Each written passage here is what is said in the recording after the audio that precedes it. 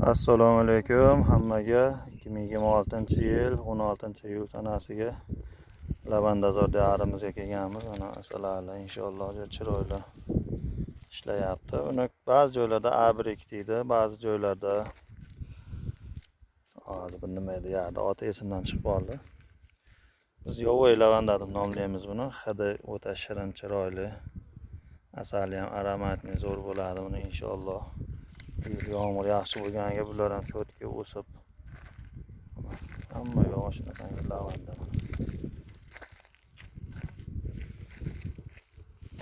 Masalanlar inshaalloh ishlab turibdi gullaridan.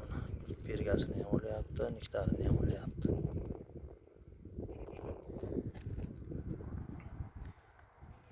Asali immunitetni nihoyatda zo'r ko'taradi, odamni tetiklashtiradi, kayfiyatini ham ko'taradi.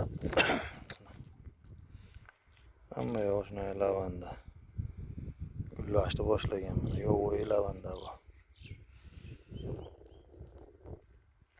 Shalfey deb ham nomlashadi ba'zi joylarda buni.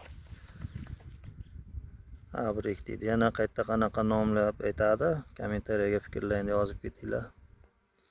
Kanalga obuna bo'lmaganlar obuna bo'lib, bittadan laykni bosib qo'yinglar.